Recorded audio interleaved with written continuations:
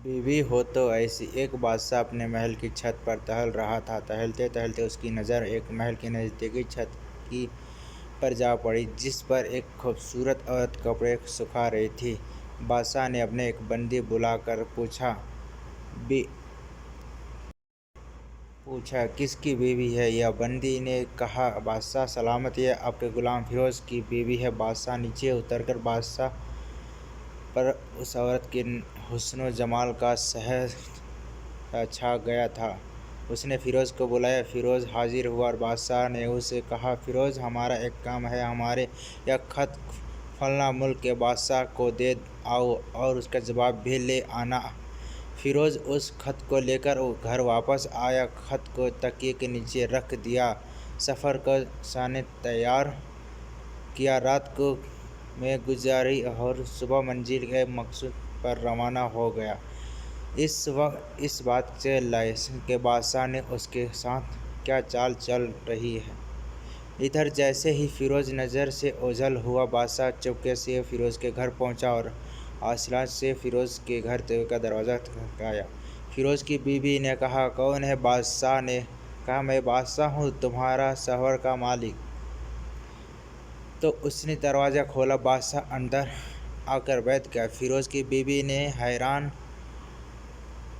ہو کر کہا، آج بادشاہ سلامت یہاں ہمارے غریب خانے میں؟ بادشاہ نے کہا، میں یہاں مہمان بن کر آیا ہوں۔ فیروز کی بیوی نے بادشاہ کا مطلب سمجھ کر کہا، میں اللہ کی پناہ چاہتی ہوں آپ کے اس طرز آنے کی، جس میں مجھے کوئی خیر نظر نہیں آ رہی ہے۔ بادشاہ نے غصے میں کہا، اے لڑکی، کیا کہہ رہی ہو تم؟ شاید تم نے مجھے پہچانا نہیں، میں بادشاہ ہوں، تمہارے شوہر کا مالک۔ فیروز کی بیوی نے کہا، بادشاہ سلامت، میں جانتی ہوں آپ ہی ہیں بادشاہ، لیکن بزرگ کہہ گئے ہیں، شیر کو اگرچہ جتنی ہی بھوک لگتی ہے وہ مردہ تو نہیں کھانا شروع کر دیتا۔ اور کہا، بادشاہ سلامت، تم اس کٹورے میں پانی پینے آئے ہو جس میں تمہارے کتے نے پانی پیا ہے۔ بادشاہ اس عورت کی باتوں سے بڑا شرمسار ہوا اور اس کو چھوڑ کر واپس چلا گیا، لیکن اس کی چپل وہیں بھول گیا۔ یہ سب تو بادشاہ کی طرف سے ہوا اور فیروز کو آدھے راستے میں یاد آیا، جو خط بادشاہ نے اسے دیا تھا وہ تو گھر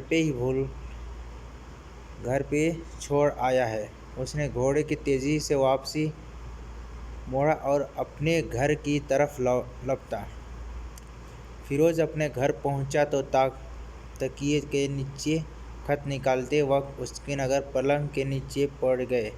بادشاہ کے نالین چپل پر پڑی، جو وہ جلدی سے بھول گیا تھا۔ فیروز کا سر چکر گیا۔ وہ سمجھ گیا کہ وہ بادشاہ نے اس کی سفر کے لیے اس لیے بھیجا تاکہ اس کا اپنا مطلب پورا کر لے۔ فیروز کسی کو کچھ بتائے بغیر چپ چاپ گھر سے نکلا، خط لے کر وہاں چل پڑا اور کام ختم کرنے کے بعد بادشاہ کے پاس واپس آیا تو بادشاہ نے اسے انعام کے طور پر 100 دینار دیے۔ فیروز دینار لے کر بازار گیا اور عورت کے استعمال کے قیمتی کپڑے اور تحائف بھی خرید لیے۔ گھر پہنچا، بیوی کو سلام کیا اور کہا، چلو تمہارے مائکے چلتے ہیں۔ بیوی نے پوچھا، یہ کیا ہے؟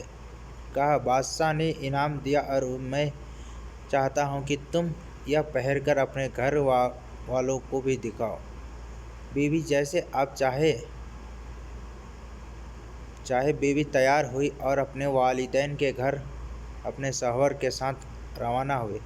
داماد اور بیٹی کو ان کے لائے تحائف کو دیکھ کر وہ لوگ بہت خوش ہوئے۔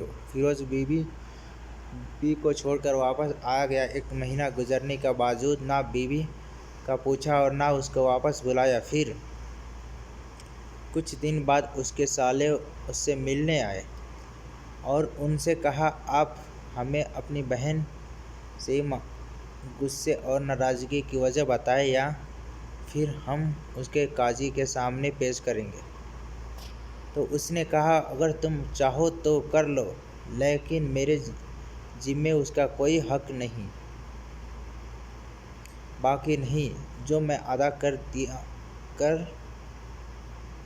کیا ہو۔ لوگ اس کا کیس قاضی کے پاس لے گئے۔ قاضی نے فیروز کو بلایا۔ قاضی اس وقت بادشاہ کے پاس بیٹھا ہوا تھا۔ لڑکی کے بھائیوں نے کہا اللہ بادشاہ سلامت اور قاضی صاحب کو سلامت رکھے۔ قاضی صاحب ہم نے ایک سر سبز باغ، درخت پھلوں سے بھرے ہوئے، ایک ساتھ میں میٹھے پانی کا کنواں اس شخص کے حوالے میں دیا تھا۔ اس شخص نے ہمارے باغ کو اجاڑ دیا، سارے پھل کھا لیے، درخت کاٹ دیے اور کنویں کو خراب کرکے بند کر دیا۔ قاضی فیروز کی طرف متوجہ ہو کر پوچھا ہاں تو لڑکے تم کیا کہتے ہو اس بارے میں؟ فیروز نے کہا قاضی صاحب جو باغ مجھے دیا گیا تھا وہ اسے بہتر حالت میں نے اسے واپس کیا ہے۔ قاضی نے پوچھا کیا اس نے باغ تمہارے حوالے ویسے ہی کیا حالت میں واپس کیا ہے جیسے پہلے تھا؟ اس نے کہا ہاں ویسے ہی حالت میں واپس کیا، لیکن ہم ان سے باغ واپس کرنے کی وجہ جاننا چاہتے ہیں۔ قاضی نے کہا ہاں فیروز تم اس بارے میں کیا کہنا چاہتے ہو؟ فیروز نے کہا قاضی صاحب میں باغ کسی بغض یا نفرت کی وجہ سے نہیں چھوڑا، بلکہ اس لیے چھوڑا